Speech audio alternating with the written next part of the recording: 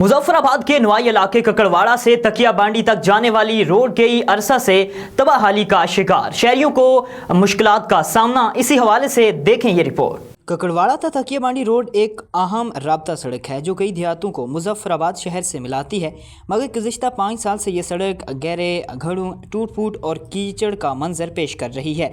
बारिश के दिनों में सड़क नाला नुमा शक्ल अख्तियार कर लेती है, जबकि खुश्क मौसम में गर्दो गुबार ने अवाम का जीना दोबार कर रखा है। तकिया बांडी की रोड को बने हुए तकरीबन काफ़ी अरसा हो चुका है, लेकिन उस पर कोई वर्क नहीं हो रहा।